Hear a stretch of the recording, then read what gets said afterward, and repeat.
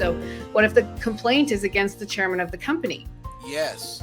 What if it is a sexual assault complaint? Let's just use that as an awful example. But after the Me Too movement, this is something we talk about more, which is a good thing. So that is very hard. How does an HR person who gets landed with this proceed, right? This is very dangerous territory. They may have a fabulous relationship with the CEO, or they may have a terrible relationship. And how do you stay proactive in such a tenuous situation? Welcome to MetaGagement, the HR show that dives deep into the heart of employee engagement and workplace culture. Your hosts, Ann Scottlin and Dr. Lyman Montgomery, bring you a groundbreaking show that explores innovative strategies and insights to transform and elevate your organization's HR practices. Dr. Montgomery is an employee engagement expert and best-selling author, while Ann Scottlin is an acclaimed business consultant and podcaster. Together, they will unpack the complexities of modern HR challenges and reveal innovative solutions that can be immediately applied to your workplace. Please welcome Ann Scottlin and Dr. Lyman Montgomery. Welcome back to MetaGagement-HR. This is your go-to podcast for cutting-edge human resources strategies. I'm Ann Scottlin alongside the Dr. Lyman Montgomery. How are you, Dr. Lyman? Hey, I'm doing great. And yourself? I am good. I'm so thrilled to be here today and also to share another episode in this series on conducting workplace investigations. And today's topic, gathering the facts, which I think is so useful, collecting evidence, evidence collection and analysis. This is really crucial to leading to fair and accurate conclusions. Why is that so important? Well, I think it's important, number one, to make sure that you have the true story. A lot of times when it comes to workplace investigations, it can be scattered. You got different versions of the truth. It's almost like the old saying, if 3 people see an accident, you will end up with 6 versions of that accident. And so you want to make sure you gather all of the facts, the what, the where, the how, sometimes the why, not always, but you want to make sure that you do your due diligence in making sure you have as much facts as you can gather initially. So true. And today we're going to cover everything from types of evidence that you should be collecting to how to analyze it effectively. So for all of those of you tuning in today, watching or listening, thanks again for being with us here on MetaGagement. Please like and subscribe. Shoot us your questions. We're thrilled to have you, and we always like to hear from you. So with that said, let's jump straight in to evidence collection and analysis. Let's start with types of evidence and how to collect them. So if I list here several kinds of evidence, and then we can go into it, of course, Yes. We have physical evidence, we have testimonial evidence, we have preserving evidence? Right. That's where you basically want to make sure that when you preserve evidence, that you have what they call chain of custody. You also have what's called digital evidence, where electronic surveillance, tape recording, companies may have a policy where they can look at your computer where you've gone, looking at the history on your browser history. Even if the company has, for example, cell phones, they can look at your cell phone records to also discover if there were text messages or voice messages. And this, again, if it's a company phone. So Perfect. Yes, physical evidence is basically where it's something physical, like a cell phone, that maybe you can look at. Digital being more of stuff that's in the cloud. And again, this pertains to laptops, company-owned cell phones, tablets. It could also be your computer server as a digital footprint that they can look at. Absolutely. So this is a great sampling of the different varieties. I think I just thought I had read a typo there. I was like, am I speaking Greek here? What's happening? It's like, I love it when that happens. I have my own set of bloopers now. So let's start digging in just briefly here to the documents and records specifically. What do we want to look for, and how do we gather that relevant documentation before we even get to the other evidence? Yeah, let's start with like physical evidence. Let's say, for example, there was a violent or threatening behavior where a person threw a mug at someone. That mug that was thrown at a coworker in a bit of rage or fit of rage would be an example of physical evidence. Another example, when you're looking for physical evidence, maybe they wrote a note that said, hey, if you tell on me, I'm going to make sure you get fired.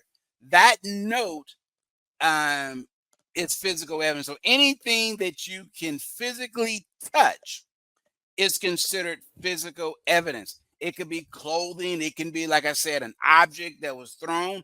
It could be property that was destroyed. Let's say you're in the break room and someone gets mad and they, kick the trash can. That trash can is now dented up, but still university, or let's say the workplace property.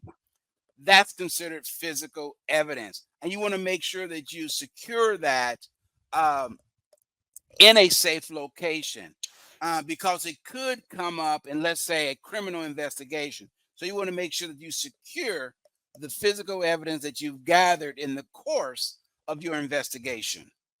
Perfect. And then we have to really be careful of our witness statements, of corroborating testimonies. Testimonial evidence is tremendously important. And in this case, we're still talking about, at this point, still in-office practices, or even just the third-party consulting in office. That is correct. Especially, I like what you said, as far as when it comes to witness statement, you want to make sure that not only you capture the witness statement, but what I like to do is make sure the witness reads and sign and to attest that, yes, the information that's been gathered is correct. Oftentimes, you will have a witness give a statement either verbally. It's better to have them write a statement out. But let's say you're dealing with someone that's highly emotional, they're upset, and they might say, give me a couple of days. Well, you don't have a couple of days. In cases where the person is unable to write out a statement, then it's best that you take their statement, have them give it verbally, and you transcribe it, but then make sure that the witness have an opportunity to read over it, make sure that you've captured everything correctly. And here's something that most people forget, Ann: sign and date it. I have seen a number of witness statements that are signed, but there's no date.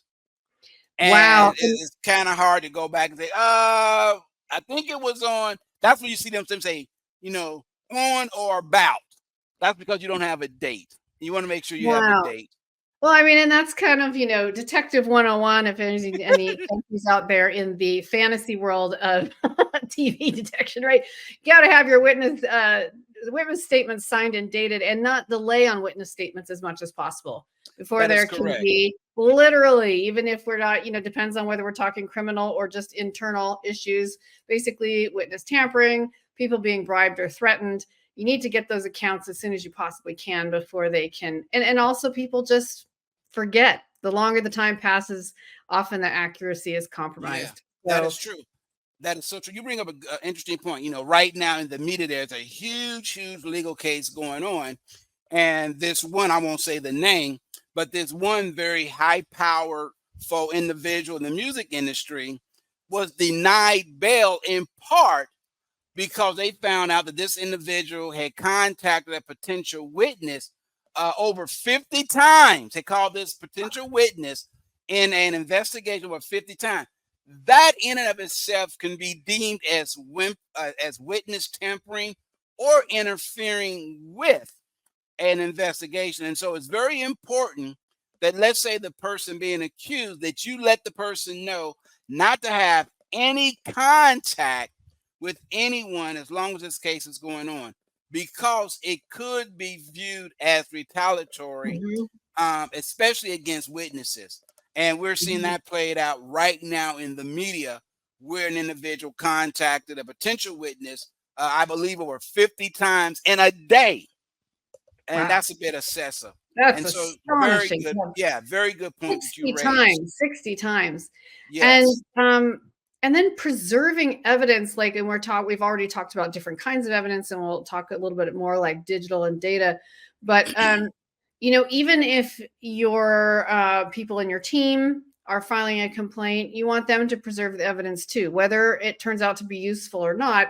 I remember back in the day, my father being on awkward sides of pro and anti-union factions within Yes. production plant, right? So that was a huge issue when people were leaving notes and puncturing tires or vice versa, whatever was going down. This is a really big deal. And, you can't just take people's word for it. So how do you, some of the stories he told me about his friends were pretty intense. I'm like, okay, there might not have been a lot of recourse back then, but now there is. And that's part of the reason why we want to keep this evidence preserved. Yeah. And that's huge. And making sure that the evidence that's collected, whether that's witness statements, whether it's physical evidence, that it is in a secure location, whether that's being an office, a lockbox, depending on the size of the evidence gathered. You want to make sure that you limit the scope of individuals having access to the evidence. For example, the person collecting the evidence, there should be what's called a chain of custody form. What that means is every person that touches that piece of evidence, there should be a date, a signature, as well as a timestamp. For example, let's say I was the person who collected the mug that had been thrown. I'm going to place that mug maybe in a plastic bag or something, like a Ziploc bag. On that Ziploc bag, I'm going to put the date, maybe what's in there, and I'm going to sign my name or initial, and I'm going to put a time that it was collected. So when, let's say 2 or 3 weeks from now, when I'm doing my final report, I can say and look at that and say, oh, mug was collected in the break room, left side of the break room next to the counter or something like that, collected by Lyman Montgomery, date, and the time. And so now I have a complete record of all the evidence that's been collected in case it's challenged. Because when you have a break in that chain of custody, this is where things can go awry. I say, well, wait a minute. You said you collected the mug on Monday, but the report says Thursday. So when was it? So you want to make sure that your dates match. Yes, and if it is documents, as you suggest, having a cover sheet where anyone who is permitted to see it has to sign and date it before they're even allowed to open a file, so that it's absolutely clear and there's no question who has and hasn't been tampering or observing the contents. Right, and that's important because if you limit the scope of the individuals that have access, let's say you only have 2 or 3 people, then the more tighter that circle is, the less discrepancies you have because you've been able to secure it, preserve the evidence, and only 2 or 3 people had access to it. Now, even let's say you have 2 or 3 people that have access, whenever evidence is taken out, let's say of an evidence room, or some people call a evidence file, if you don't have a room, you want to make sure that there's also a transmittal that says, oh, removed evidence from the locker or from the cabinet or the file to do a report, and the timestamp again. So whenever you touch it, you want to make sure there's documentation that corroborates the individual by name, time, date. And so we know whenever that information was handled, who handled it, what time they handled it, and the date that it was handled. That's perfect. And when we come back from this commercial break, we're actually going to then go to part 2. So analyzing and evaluating all this evidence that has been collected. Now, what do we do it? We have it. Now, what do we do with it? That's the big question. So we're going to run the commercial break. When we come back, please stay tuned. We're going to be talking about that. In the meantime, please like, subscribe, share this link with a friend who would love this content, and we'll see you back here in a moment. Are you ready to elevate your team and organizational effectiveness? Dive into the focused Meta Mindset 5 Persona Types Architecture Assessment and discover your unique superpower as a leader or team member. Whether you're a fearless cheerleader, diligent construction worker, calculating chess player, commanding commander, or analytical chemist, this journey of self-discovery will highlight your strengths, sharpen your focus, and propel you towards success. This isn't just a quiz, it's your pathway to unlocking and embracing the potential that will transform your organization. Ready to find out your persona type? Head over to MetaGagement.com to take the assessment now.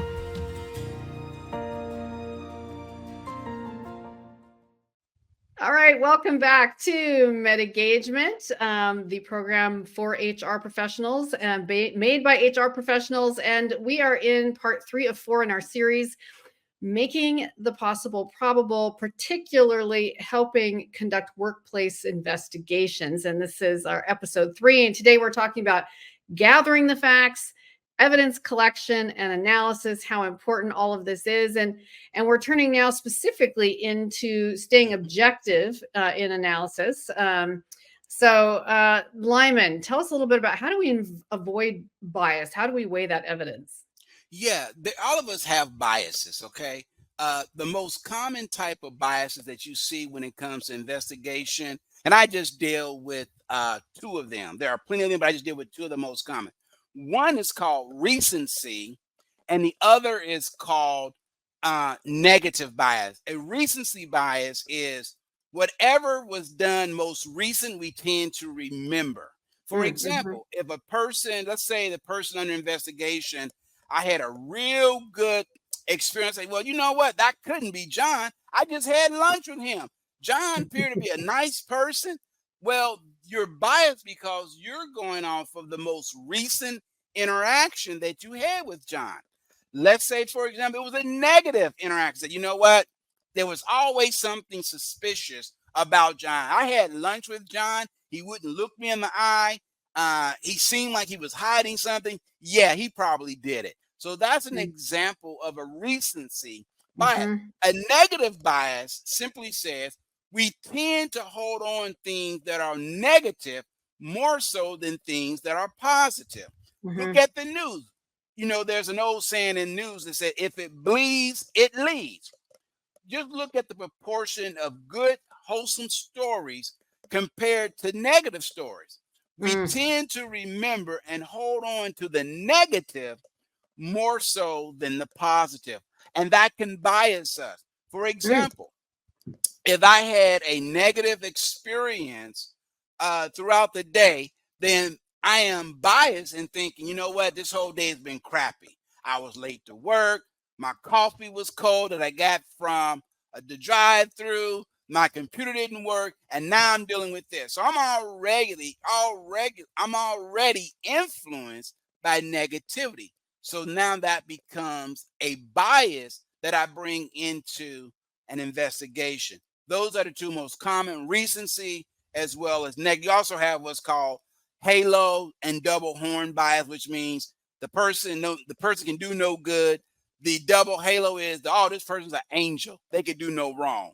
And so those are other examples of biases as well. So positive or negative biases. So yes. Having that, staying objective is very difficult since we are human beings and we do have relationships with many of these people or someone who's involved. And that's when sometimes too, bringing in a third party is really valid because you have to have someone who literally can just take an objective view and weigh the evidence only instead of, that's why we came up with a legal system that has judges in the first place, right? When they're non-biased, because you have to just at some point say, we need to lay this out and make a decision. What is it worth pursuing? Is it not worth pursuing? What is the purpose without feeling, what if the complaint is, and, as we've talked about before, I used to work in Hollywood. So what if the complaint is against the chairman of the company? Yes. What if it is a sexual assault complaint? Let's just use that as an awful example. But after the Me Too movement, this is something we talk about more, which is a good thing. So that is very hard. How does an HR person who gets landed with this proceed, right? This is very dangerous territory. They may have a fabulous relationship with the CEO, or they may have a terrible relationship. And how do you stay proactive in such a tenuous situation? Those are the tricky ones. And that's why you mentioned a third party. having a third party that is completely objective. They don't have a horse in the race. They can look at, and they're not biased. They don't have that recency or negative or double halo or double horn biases, because they're going into that situation completely unbiased and only looking at the facts. And this is important when it comes into weighing the evidence. How do we determine the credibility and the relevance of different pieces of evidence? It goes back to your relationship. And that relationship contingent upon, is it more likely than not that based on what you know, that this person could have done X, Y, Z? And sometimes the truth of the matter is we honestly don't know. Because I've also seen where we have said, oh, I know John. John would not do that, only to find out not only did John do it, but John has been doing it for over the course of the last 3 months, 3 years. I had an ex-husband like that. Oh, wait, did I say that out loud? Okay. Moving on. So let's talk about cross-referencing evidence a little bit just for a moment here. So now we have our testimonies, we have physical evidence. How do we link these and then identify the gaps? Yeah. And what you want to do, you want to lay it out and you want to see what matches. For example, let's say going back to the illustration of John throwing the mug towards Sally, let's say in the break room. Well, do we have the mug? Yes.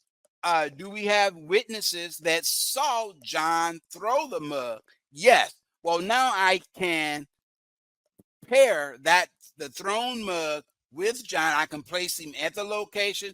There were witnesses that saw, and even John in his interview said, I was mad. I didn't mean to throw it. I just reacted. I didn't mean to throw it at her. I thought I was just throwing it against the wall, and I didn't mean to throw it in her direction. So you want to make sure that the evidence supports the testimony, not that the testimony support the evidence. And the reason you want to make sure the evidence supports the testimony, because there is a bias for people that tend to testify or to change their testimony to fit what the evidence. And you always want to make sure that the evidence shows this happened. Case in point, a good example is, and you ever watch some of these crime shows where they would show mug shots, right? And they'll say, didn't this person, pick out the person that you saw, and they put their finger next to the person that they really want the witness to choose. Mm-hmm. Well, yeah, even though they didn't say anything, but guess what? It was implied by pointing. They're leading. Yeah, that exactly. They're leading that person. Oh, yeah, it was that person. Are you sure? And so that's why you want to make sure that if you use pictures, for example, that you lay it in front of them and maybe stand back and don't do anything with your eyes, with your finger that would suggest or lead or hint that you're guiding the person towards a specific direction. And I see that happens. Yes, go ahead. If this kind of thing is interesting, particularly interesting to any of you, these are great subjects to read up on. The psychology of investigation. There's endless resources for that. If that's something that is not just a part of your job, you're like, I can't believe I have to do this, but it's actually like this, I could be really good at this and I want to learn more. It's a whole field of research. There's degrees in criminal law. There's so much to be investigated. So if that's interesting for you, there is literally a bottomless resources for you to dig deeper. We only have a minute left, but in that, let's just talk briefly about creating that final report. In short, what are the best practices for summarizing our findings in that clear and concise way? Exactly. Every report should have basically 5 sections. Number 1, there should be the summary of what happened. There should be evidence that a due process meeting. Other words, I met with the person, this is what was said, they declined, they denied, or they supported. Third, consequence. Let's say they admitted to it. Well, what are the consequences of their actions? And that should be followed with the signature. And lastly, it should be dated. And so those are the 5 key elements of any type of report. A summary, there was a meeting that took place, there was expectations with consequences, sign and date. And sometimes inconclusive, and you have to report. based on the evidence, we were unable to determine fault, and that's your report. Excellent. Excellent. And we just want to thank you all for joining us here today. So we have one more in this 4-part series on conducting workplace investigations here on MetaGagement-HR, making the possible probable. And we thank you so much for listening. Please be sure to like and comment, subscribe, and join us streaming this same time next week, 11 a.m. Eastern, 8 a.m. Pacific, 3 p.m. GMT for more essential HR insights. Thank you so much and stay tuned.